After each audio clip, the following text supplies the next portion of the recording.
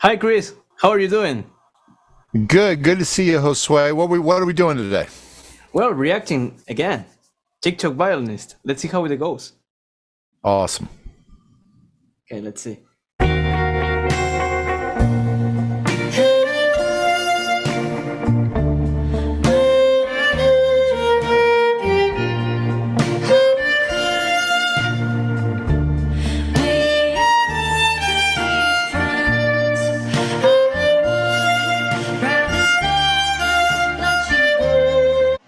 So Yep. it's really good. And I will say one thing about when we copy singers, we tend as violin players to always just change the bow on every note as a default. But I would, for making a lyrical melody like this, I would automatically slur the bow.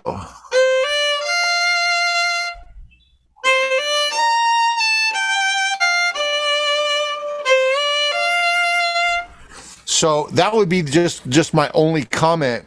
And this happens a lot. This happens a lot with violin players that are improvising because we're so used to, and it's surprising, but we're so used to having bowings written for us that even if we have sheet music and there's no bowings written, we'll literally just play up, down all the time. Just using more slurs and hooks in general, it's a great tip for anybody who's trying to play more lyrical. And then if you're trying to copy the nuances of the singer, you'll also find that it makes it easier to do that because there's less motion.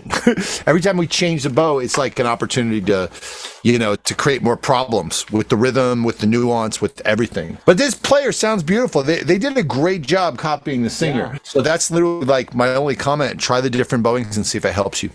Let's see this one. What if this song was made into a movie soundtrack?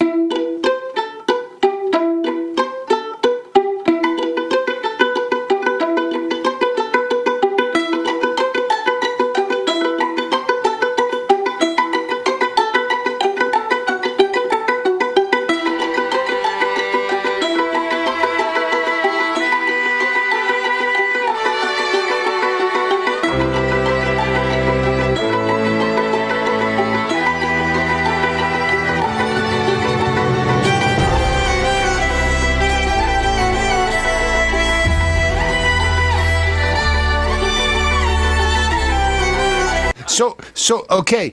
Actually, so massive kudos on the building of the groove, the recording of everything. I might have done it differently, but there's no criticism. Like the arranging is all great. It sounds great.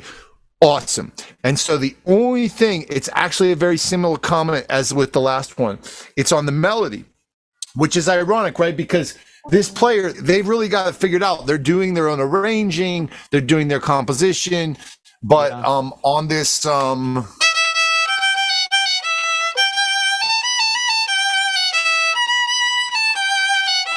same thing. I would use less bow. I would use more hooks. This is more an issue of using too much. There's just so much bow that I think that it slightly compromises the lyricism and what could be a more conjoined line. But it's a very subtle thing. I mean, really, I would give this an A. It's great. Just look at my E string here.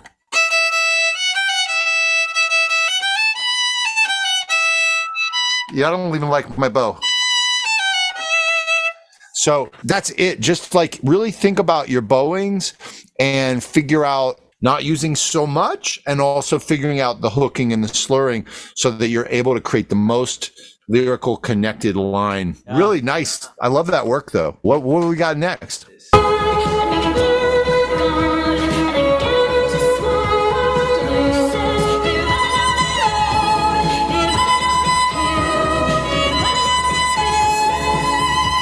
Okay, same thing.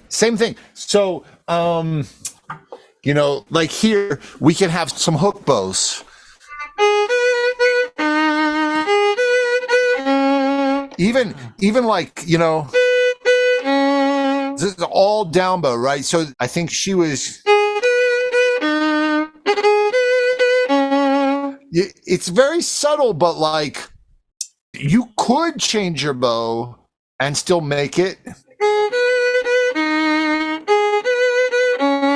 You need less bow. You need to really focus on it. And then when she does, wow, that's hard. Even there, I think has to be very, very small if she's going to do that articulation.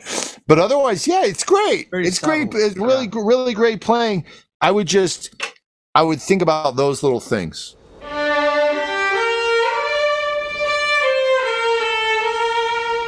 Ludovico Sunken is the composer.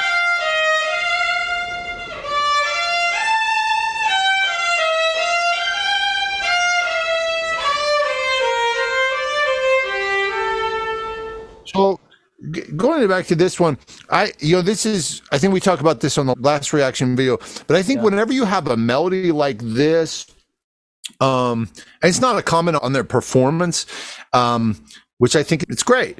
I think it would really help to be able to go back and investigate the chord progression and make an arrangement that expresses that. So I don't know this song, but I'm going to just pretend that I'm making a chord progression. So, you know.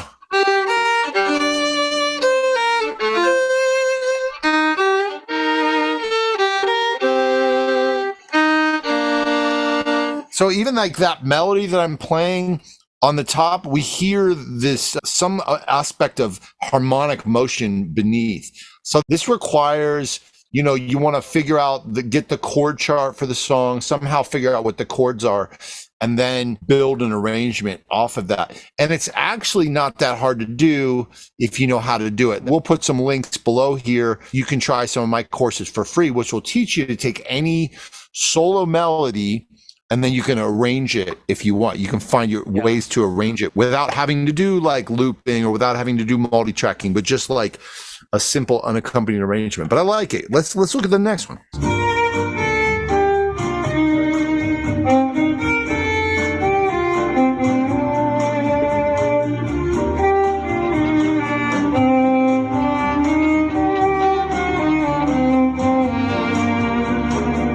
That was cool. That was cool. I like how they put the lyrics. I like that. Yeah. What about swing in this?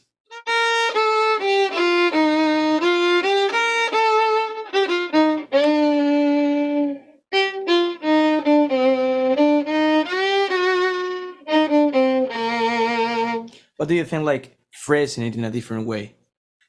Yeah, so, well, I like your phrasing on it. I also like their phrasing on it.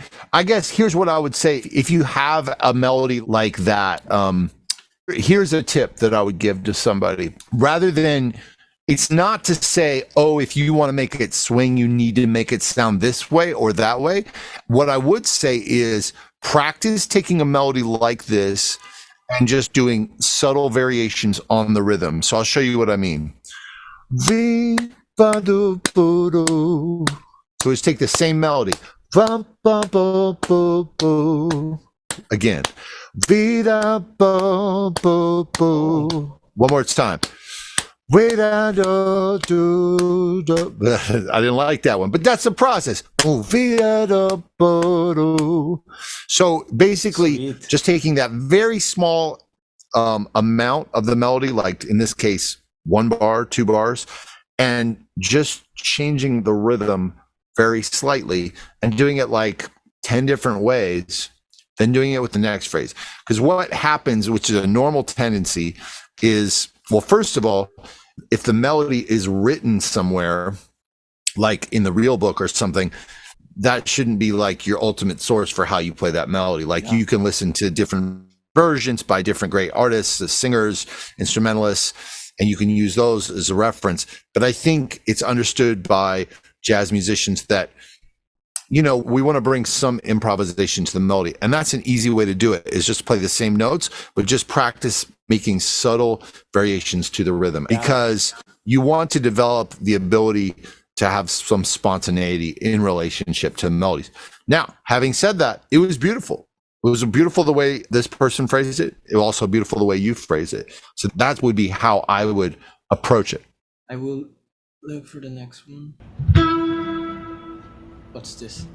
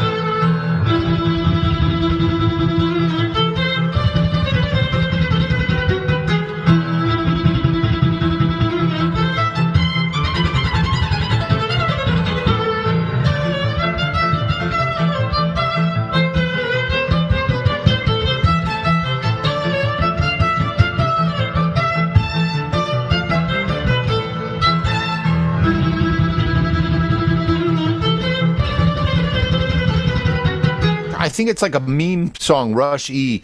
I feel like my son told me about it, but I think she plays it like pretty flawlessly. Yeah. So I really don't have anything to add. I mean, some of the bowing choices, you could make an argument for different ones, but I don't think it matters because she makes it all work. I think it's good for her. I think her sound, with an electric violin like that, I think that's a Yamaha actually. I love Yamahas. I play Yamaha.